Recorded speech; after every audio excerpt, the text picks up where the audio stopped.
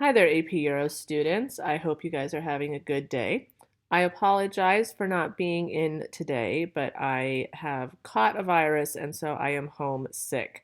However, I did not want you to miss a day of content because we have a lot to get through this semester. So I recorded a portion of the lecture for you to listen to today in class. You're going to use the same notes that you have used yesterday, that you will continue to use for the rest of the lecture, and I will try to go at a moderate pace so that you can keep up with the notes. But this will be posted on the website, so you can always go back, re-listen to part of it, and if for any reason we don't finish the total lecture in class, then I will ask you to finish it for homework so that we can stay on track and keep continuing with content tomorrow, which is Friday. So in most classes, we finished discussing the long-term causes of the French Revolution. So that included the American Revolution, the Enlightenment, the three-estate social system, and of course the unpopular and ineffective monarchs of Louis XVI and Marie Antoinette. If we did not talk about Louis and Marie, then I will make sure to cover that when I am back in class. So let's now look at the short-term causes of the French Revolution, and really the short-term causes can be boiled down to bread and money. The lack of bread and a lack of money are what will be the catalyst and the immediate cause of the French Revolution, and this is largely caused by consistent financial mismanagement by the king. So by the time we got to Louis XVI at the tail end of the 18th century, France was nearly bankrupt. By the 1780s, half of France's annual budget went to pay for the interest on its debt. So remember, France had all this debt that they had acquired through many different wars, the 7 Years' War, the War of Austrian Succession, the American Revolution. Their debt had just increased to the point where now, in the 1780s, the government was on the verge of financial collapse. However, there was a major issue here beyond their potential bankruptcy. The issue is that the government could not declare bankruptcy like it had done in the past. And this is because the creditors to the government, which were really other French aristocrats and members of the bourgeoisie, remember some of those nobles and members of the bourgeoisie were so wealthy they loaned money to the government. Well, anyways, those creditors would not allow their loans to be repudiated by the monarchy. That means they would not allow the monarch to declare bankruptcy, which would make it so they didn't have to pay back their loans, right? So that basically wasn't an option for the monarchy. When you declare bankruptcy, basically it's a way of getting out of paying the debt that you owe. It ruins your credit, but it often gets you out of those financial obligations. Anyways, the French monarchy could not do that. And the French monarchy really had no other means of creating credit. They had no central bank like England did. That's why England was not in the same financial crisis. France had no paper currency and really no other creditors that they could turn to. The only way for the government to get more money, to increase their revenue, was to increase taxes. And we know what the situation was regarding taxes. The government, as we know, was dependent on the poorest classes in society for revenue. Like we talked about yesterday, the first and second estates were exempt from taxation, and they continued to refuse to pay any taxes, despite the fact that they were frequently the wealthiest members of society. And so the third estate, especially the peasants, were already taxed to their limit. They really could not take on any more tax burden. In addition to all of this, this really terrible situation, there was lots of inefficiency and also lots of corruption in the tax system, and that hurt revenues. This means that some of the people responsible for collecting taxes did not always turn over all those taxes to the government, and they pocketed some. So, of course, that also hurts the revenue for the government. As you might remember, France practiced a mercantilist economy. It had not gone more towards that capitalist free market economy like we will see with England. France still had a very government-controlled mercantilist government, and the policies and inflation that came with it really hurt the French economy in the 18th century. Mercantilism was becoming increasingly unpopular, especially after Adam Smith's publication of The Wealth of Nations and his suggestions of laissez-faire economics. We now see a lot of businessmen and merchants criticizing France's mercantilist, state-controlled economy because it was so restrictive.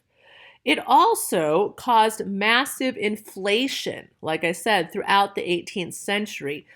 Between 1730 and the 1780s, inflation resulted in some dramatic price increases. So prices went up, but guess what? Wages did not. It's estimated, in fact, that the prices of consumer goods rose as much as 65%, while wages, comparably, raised only 22% in that same 50-year period. One of the biggest issues, however, despite all this financial mismanagement, is a lack of bread. Right? I talked to you guys yesterday about how, especially for the urban poor, their standard of living and their quality of life was directly connected to the price of bread. Well, in addition to all those long-term factors that, all those long-term causes that we discussed, and in addition to this financial mismanagement and the growing debt, on top of all of that, there were harvest failures in 1787 and 1788. And of course, these harvest failures shortened the grain supply, and that causes famine among the lower classes. Now, to combat the shortage of grain and the shortage of bread, Louis XVI, the king, decided to remove price controls on grain. He thought that if he removed these price controls, farmers could get higher prices, and therefore they would choose to grow more wheat, which would supposedly increase the supply of wheat and keep prices stable. All right, problem solved. However, France had not yet adapted many of those profitable practices of the agricultural revolution like we saw in Britain. Remember, by this point, Britain was starting to use new techniques and new technology to increase food production. So we had fewer people creating more food. Well, none of that was happening in France. France's antiquated farming system did not have the technology or the efficiency to produce any additional food. So even though Louis thought removing the price controls on grain would help the situation, it actually hurt the situation because now the price of bread skyrocketed. Think of supply and demand. There's a limited supply of bread, but an enormous demand, so the price goes through the roof. And throughout all of this, the king, for whatever reason, is still allowing the government to export grain to other countries. I've talked to you before about how he was such a brilliant monarch, right? Anyways, this causes widespread unemployment in the cities. On the eve of the French Revolution, about 1/3 of the French population was considered seriously poor. So we're having a really, really serious situation here. People are hungry, they are unemployed, and as you will learn shortly, hungry people are angry people. So, in an attempt to deal with this financial crisis, Louis XVI will summon an Assembly of Notables in 1787.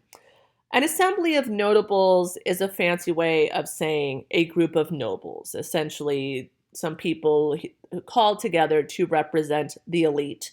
No members of the Third Estate are included in this Assembly of Notables. So Louis XVI hoped that this group would either approve a new tax program or they would consent and agree to remove their own tax exemptions so that the nobles would end up paying taxes. Well, not surprisingly, the nobles refused any tax increases, and especially on themselves. And they also demanded that the control of government spending be passed on to provincial assemblies. Provincial assemblies are really just forms of local government in the provinces, but these were elements of the government that the local nobles controlled. So the Assembly of Notables basically refused Louis's request for additional taxes and refused his request to have the nobility consent to new taxes. The nobles, so they asked for for the taxes and the government spending to go to the provincial assemblies. Louis, of course, refused that. He was not willing to give up the control he had over government spending to the nobility. So in response, the nobles demanded that any type of tax reform had to go through the approval of the Estates General. You might remember from yesterday that the Estates General was the French legislative body. It was their version of a parliament, and it had not been called into session since 1614. So the nobles essentially, they don't really want to call the Estates General, but they're trying to call Louis's bluff because more than anything, the nobles want to protect their privileged and tax-exempt status. So the Assembly of Notables, in short, was a complete failure. The king dismisses the nobles, and since he's an absolute monarch, he decides, screw the nobles, I'm just going to establish new taxes by decree because I said so, because I'm the king and I'm an absolute monarch, and you're going to have to do what I tell you to. Well, it didn't quite work out that way. The Parlement, remember the Parlement is the High Court of Paris. It had restored a lot of political power for the nobility in the 18th century. This Parlement blocked those tax increases that Louis supposedly decreed, and also it blocked any new taxes.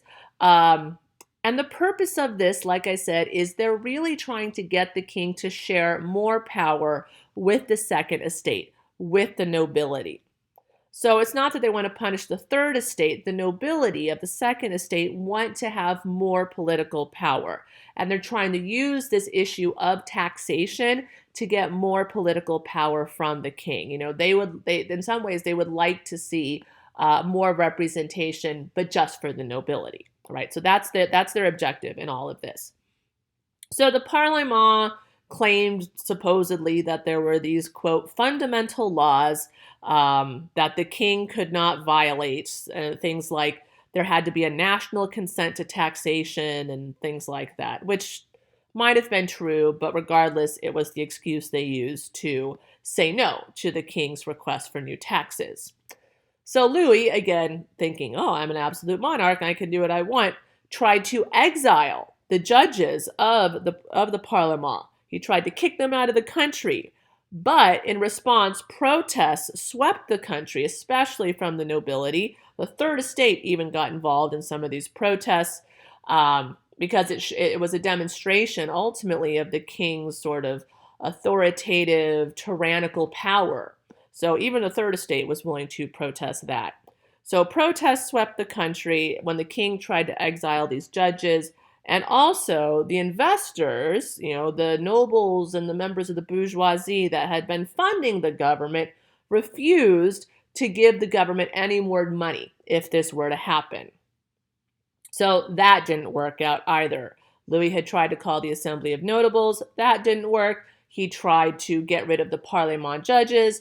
That didn't work. So finally, on July 5th of 1788, Louis XVI reluctantly, and I do mean very reluctantly, summoned a spring session of the Estates General to meet the next year in 1789. So the Estates General is designed as a meeting of the three estates. So all three estates would elect representatives that would then go and meet together the next year in 1789. For this meeting, the king asked that all parties, so all three estates, study the tax situation and make proposals in the meeting of the Estates General. But here's the great irony in all of this. Like I said, the objective of the nobility in this power struggle they were having with the king over taxation was ultimately to get more representation for themselves, the nobles.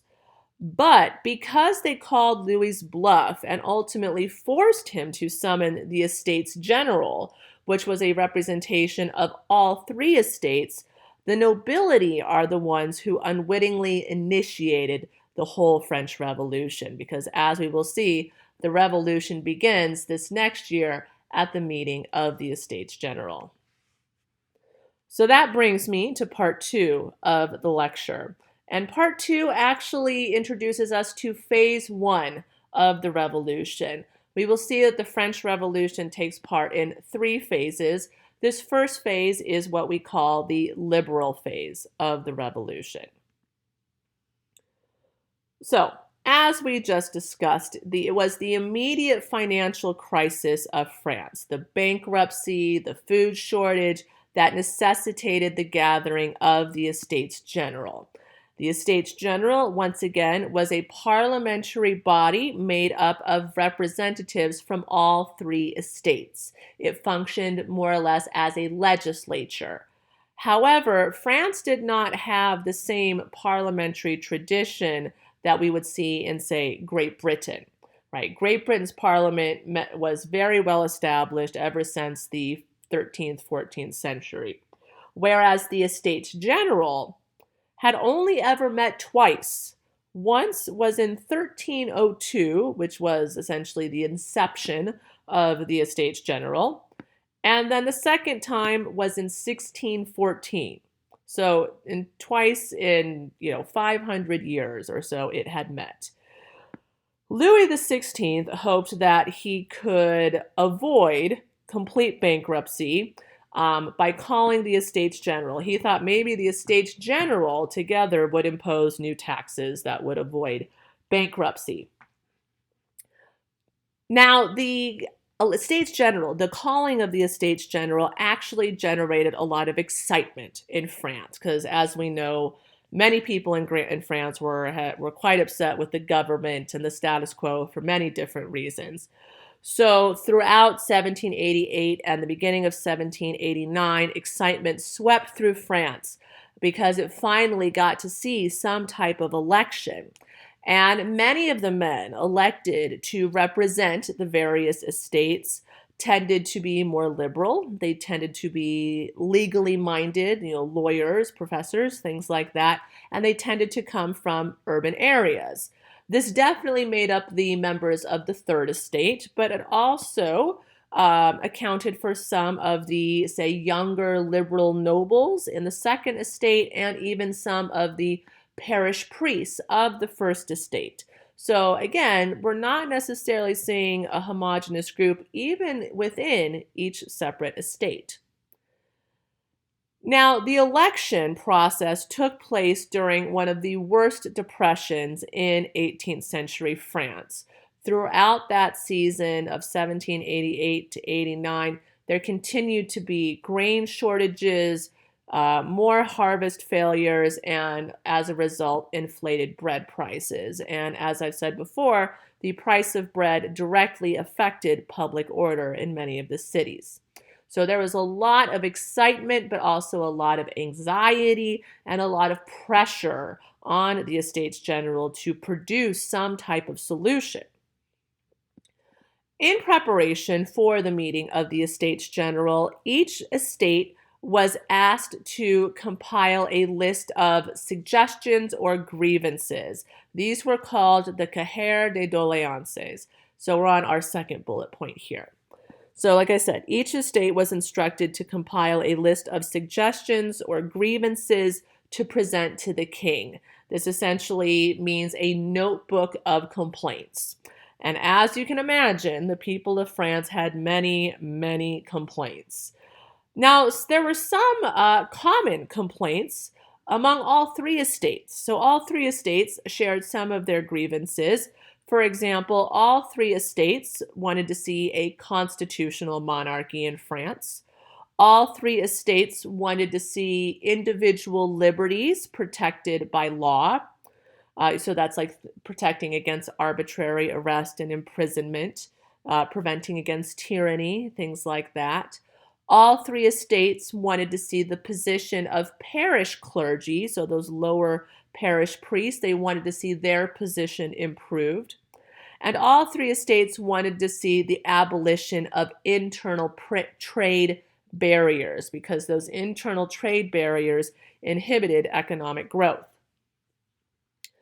However, no estate had more grievances than the third estate. They're going to show up to the Estates General with a very, very fat notebook of grievances.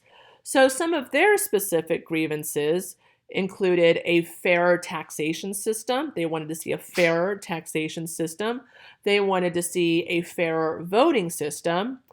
And they wanted to see an end to the corvée. Remember, the corvée was this requirement that of peasants to provide unpaid labor to noble landowners.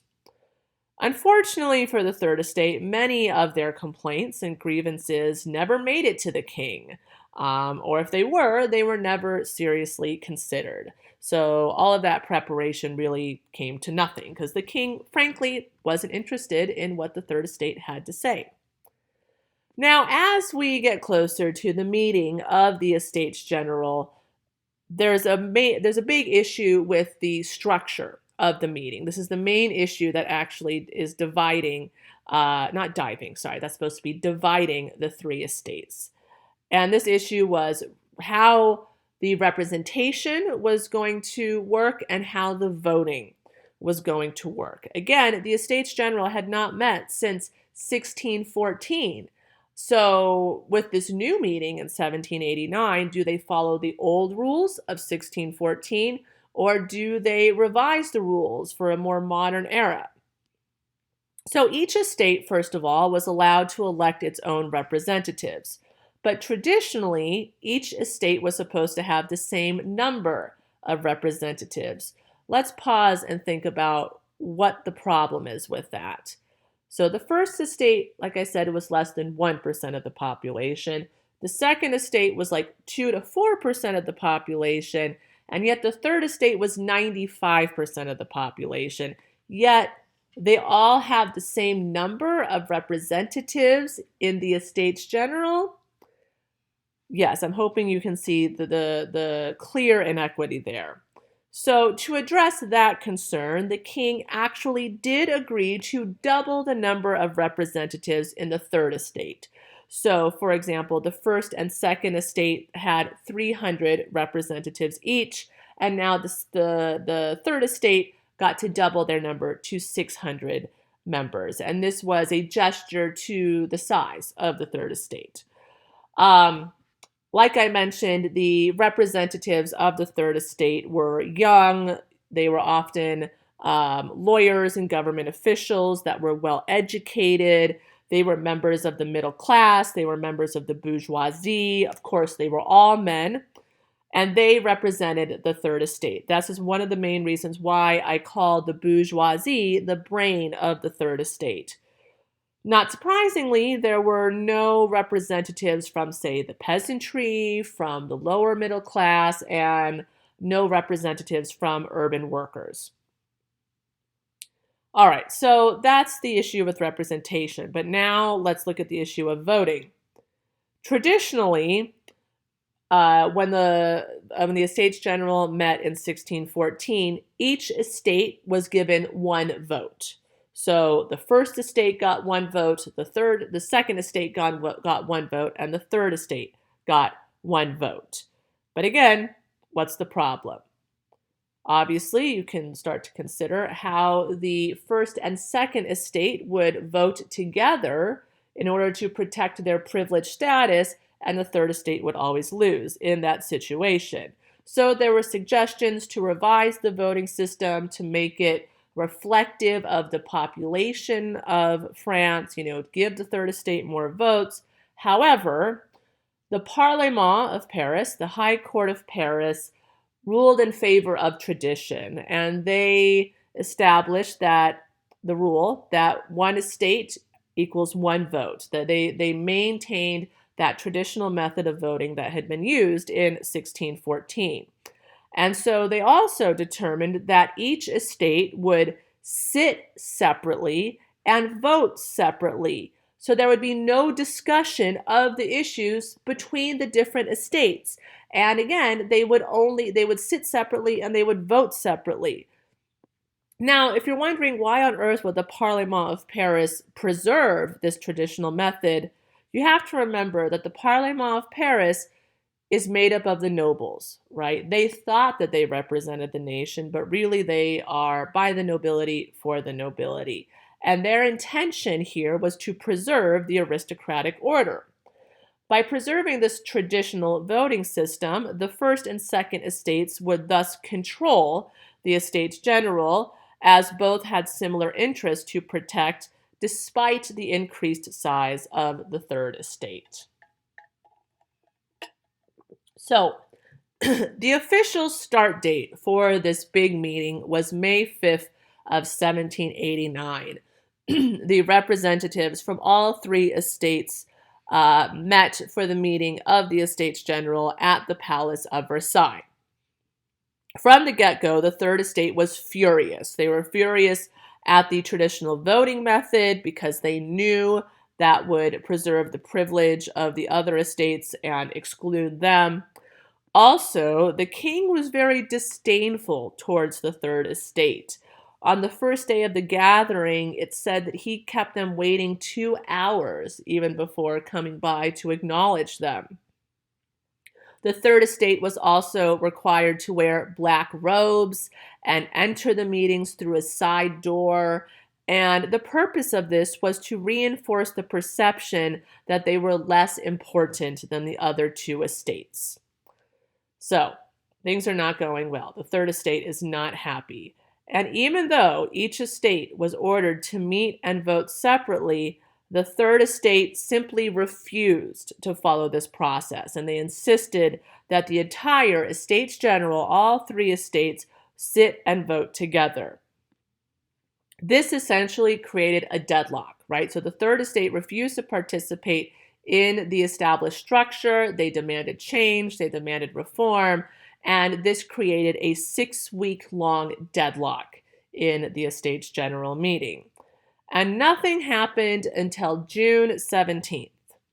On June 17th, the third estate, frustrated by the lack of action, decided to take it upon themselves to declare sovereignty. The third estate voted themselves a new legislative body called the National Assembly. And what provoked this is that the third estate had been joined by some of those parish priests of the first estate. Like I said, those parish priests did not have that much in common with the nobility. They had more in common with their third estate parishioners.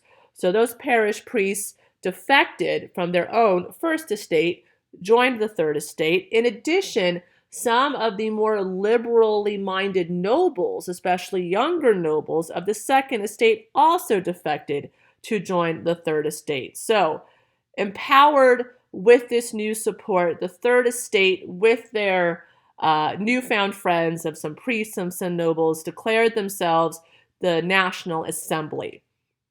And by declaring themselves the National Assembly, they claimed to be the true representative of national sovereignty. And they declared that their authority as a National Assembly was equal or superior to that of the king. And in this National Assembly, the leading voices were members of the bourgeoisie. Well, the king wasn't very happy about this declaration. He didn't see it as legitimate. The other estates did not see it as legitimate, but this new National Assembly had size on their side. They were now the largest group in the meeting of the Estates General.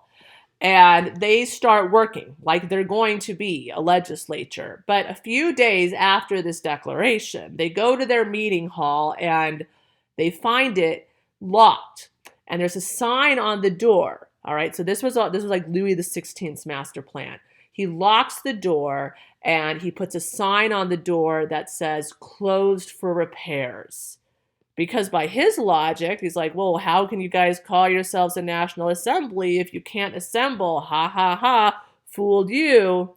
Well, of course, the National Assembly is taking place in Versailles. This meeting is taking place in Versailles, and Versailles has 1,000 rooms. So even though they were locked out of their meeting hall, the National Assembly found a tennis court, a nearby indoor tennis court, and they met there. And this is a very important moment, actually, in the emergence of the French Revolution. So on June 20th of 1789, the National Assembly, locked out of their meeting hall, gathered in a nearby tennis court, and they vowed together that they would continue to meet and meet and meet until they had produced a constitution. In this action, in this oath, they assumed sovereign power on behalf of the nation. This moment in history is called the Tennis Court Oath. At this point, there had been more defections, more members of the First and Second Estate had joined this new National Assembly, and this moment of the Tennis Court Oath is seen really in many ways as the beginning of the French Revolution. This is really the first step of the French Revolution. It's a very symbolic moment in French history because this is when the people, regardless of the consequences, regardless of the status quo, stand up and claim their sovereignty in the face of this absolute monarchy. So, by June 27th, just a week later, Louis XIV was ultimately forced to recognize this new National Assembly. And he then dissolved the old Estates General, which was now basically null and void. Louis XVI did not necessarily plan to allow the National Assembly to continue. He had actually, in response to this new declaration, summoned many troops to Paris and to Versailles, and he had a plan to use military force to essentially suppress this National Assembly and this uprising and claim power back for himself. However, we need to look at Paris. Paris is going to save the day here. In the wake of all of this, while the Third Estate is declaring themselves the National Assembly, things are starting to heat up in Paris. And whereas I said the bourgeoisie are the brain of the revolution, and we see that with the formation of the National Assembly, it is the peasants and it is the urban workers who are the muscle, and they are going to make this happen. So in the summer of 1789, people are hungry, they are angry, they are paranoid, there are rumors sweeping across Paris, and all these things together create your classic angry peasant mob. And this is really the beginning of what we might consider to be the Parisian Revolution, right? You know, the revolution for the people of Paris. And this began really in response to food shortages, to soaring bread prices, to high unemployment, and also fear of military repression. Like I just mentioned, Louis XVI had called in thousands and thousands of troops to Paris and Versailles to try to restore order and dismantle the National Assembly. But journalists, who we'll call pamphleteers because they wrote little pamphlets that were distributed every day, these pamphleteers distributed written articles across Paris denouncing the king and queen and reporting on the developments of the Estates General. You know, they wrote about the formation of the National Assembly. They wrote about the Tennis Court Oath. You might remember Jean-Paul Marat. He was one of the leading journalists who is writing and distributing material to inform the public about what is going on. So here we have rumors, we have energy, we have anxiety, and we have an increasing number of royal troops, like I said, in Paris and Versailles. And that creates even more paranoia, more anxiety. And here we have the people of Paris, and they're like, why are the troops here? What are they going to do? Are they going to dissolve the National Assembly? Are they going to attack the people of Paris? Are they going to steal our bread? Are they going to rape our wives and eat our children? Regardless, we need to do something. So, this brings me to July 4th, 1789. This is when it all hits the fan. This is an event known as the storming of the Bastille. So, whipped into a frenzy, the Parisians felt that they needed to protect themselves from the royal troops. Like I said, what are they going to do? Attack us, take our bread, eat our children? Who knows? So, they needed weapons. Where can they find weapons? The Bastille. So the illustration on the lower part of your screen depicts the Bastille. The Bastille was an old fortress, dungeon, castle type thing on the edge of Paris, and it symbolized royal oppression and absolutism. And the people of Paris thought that there would be weapons stored in the Bastille. In reality, the Bastille wasn't even really in use. It was at this point in time, it was used as a dungeon. There were like 7 prisoners in the Bastille, and it didn't really have many weapons or anything to begin with. But that didn't stop this angry mob.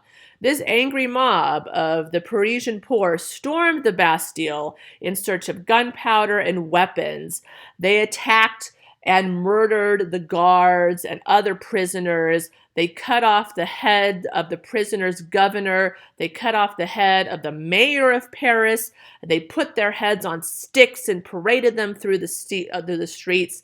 And they also physically destroyed the Bastille brick by brick.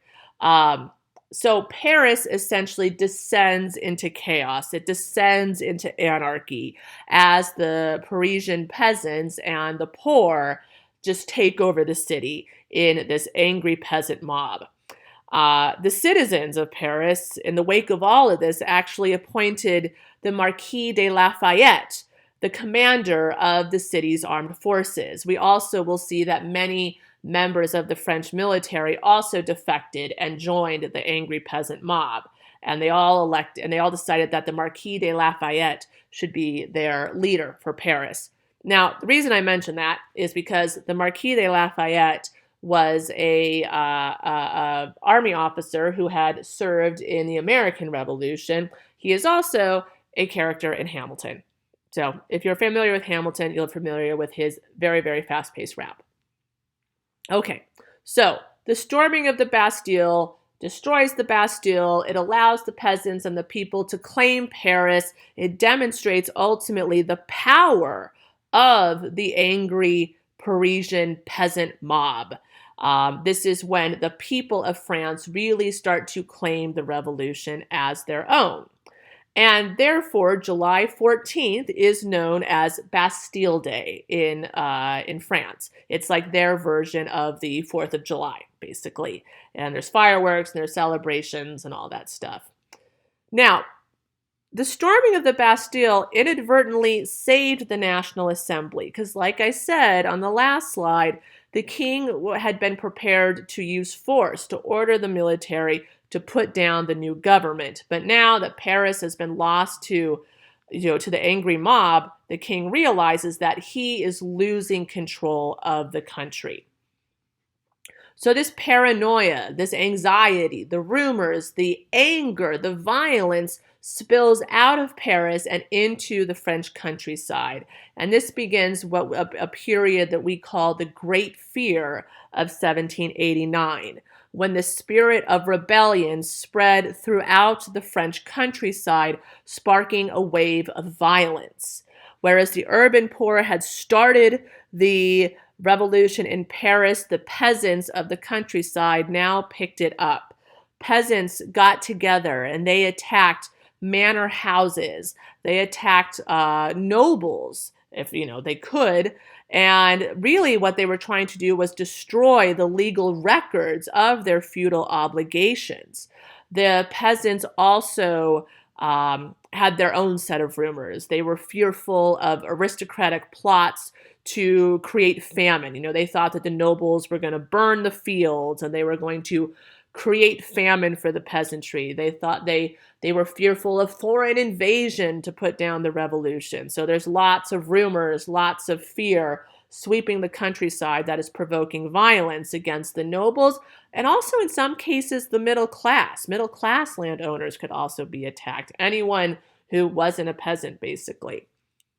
The peasants did everything they could to dismantle remnants of the feudal system.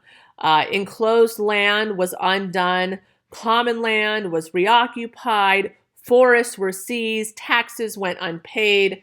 Their big issue, like I had said before, were all those feudal traditions and obligations, and their objective was to get rid of those. Across France, we now see citizen militias established, local governments run by peasants popping up, run by the bourgeoisie.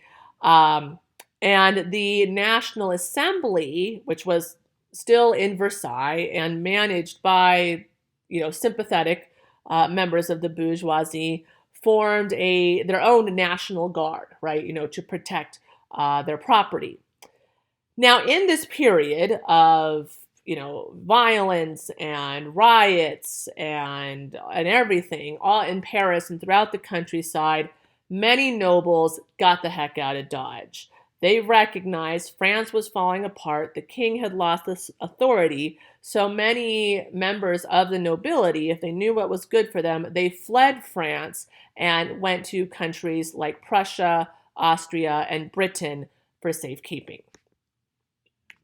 So let's now destroy the old regime. Let's see what keeps happening. So the revolution is on. It is on. The National Assembly has been declared. The urban poor rioted in Paris. Peasants are rioting in the countryside. Like, it has begun. So let's keep looking at what's going to happen.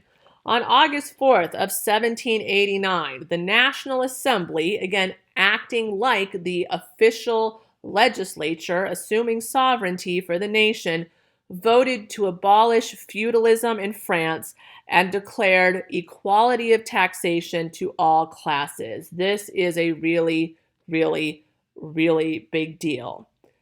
This alone constituted one of the two great social changes of the revolution. The other big change is the abolition of guilds, which we'll talk about later. This decision to abolish all feudal traditions and obligations was in response to the Great Fear. The National Assembly voted for this because they wanted to stop the violence that was sweeping France. They wanted to appease the peasantry. And ultimately, it worked. And these developments amounted to what would be ultimately a peaceful social revolution. So this is where we see some of those dramatic social changes. The political revolution is still going to be pretty messy. So this action by the National Assembly ended serfdom where it existed, and there were a few places, and it ended all the privileges of the nobility, all their fiscal privileges. It ended the privileges of the clergy. It ended privileges like hunting rights, extra fees, village monopolies. It got rid of the corvée. Anything that resembled the old feudal traditions was gone. And this was a huge victory for the peasants, right? This is a huge and unprecedented victory for the peasants of France. This was what they wanted. Like I said yesterday, this was their main objective. So from here on out, really, they were good, all right? They would work to consolidate their gains, and peasants, after this point, became a force for order and stability. Like, their demands had been met. So really, this development alone marked the end of the revolution for the vast majority of French peasants. So this is a big development, big social development. Let's move on to the big political development. On August 26th of 1789, the National Assembly published the Declaration of the Rights of Man and Citizen. And this is like the document of the French Revolution. Just how we see our Declaration of Independence as like the document for the American Revolution. That's when the American colonists declared their independence from Great Britain. This is when the French people essentially declare their independence from the old regime. This becomes the constitutional blueprint for France as it moves forward to create a new government.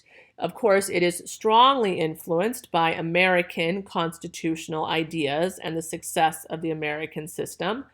And it guaranteed many basic rights, as we will see. It was strongly rooted in classical liberalism of the Enlightenment. So, for example, it guaranteed due process of law. It guaranteed the idea that a citizen is innocent until proven guilty. It established that men are born and remain free and are equal in their rights. It protected natural rights like liberty, property, security, resistance to oppression. It established that law is an expression of the general will of the population, which is, of course, an idea from Rousseau. It defined liberty as a freedom to do anything as long as it's not injurious, meaning hurtful to others. It established freedom of expression, freedom of religion. It established that taxes could only be raised with common consent. It created accountability for public servants. It established separation of powers in separate branches of government.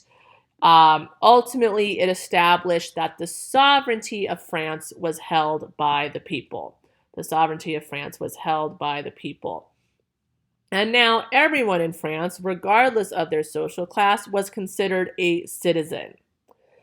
And like I said, this is really the big defining document of the French Revolution. This is their manifestation of Enlightenment ideas, Enlightenment values. Now, it's not exactly a constitution. I will say it doesn't formally create a new government structure. We're actually not going to see the first formal constitution of the French Revolution until about 1791 or so. And we'll talk about that constitution in a little bit here. And while this is a huge success, right, that embodies all the energy and ideas and hope and enthusiasm for the French Revolution, this also starts to represent a turning point. Because after the Declaration of the Rights of Man and Citizen, we start to see the unity of the National Assembly unravel, just gradually and slowly, because now they have to get down to the dirty work and discuss, what is this government actually going to look like? Is it going to be a republic? Is it going to be a constitutional monarch?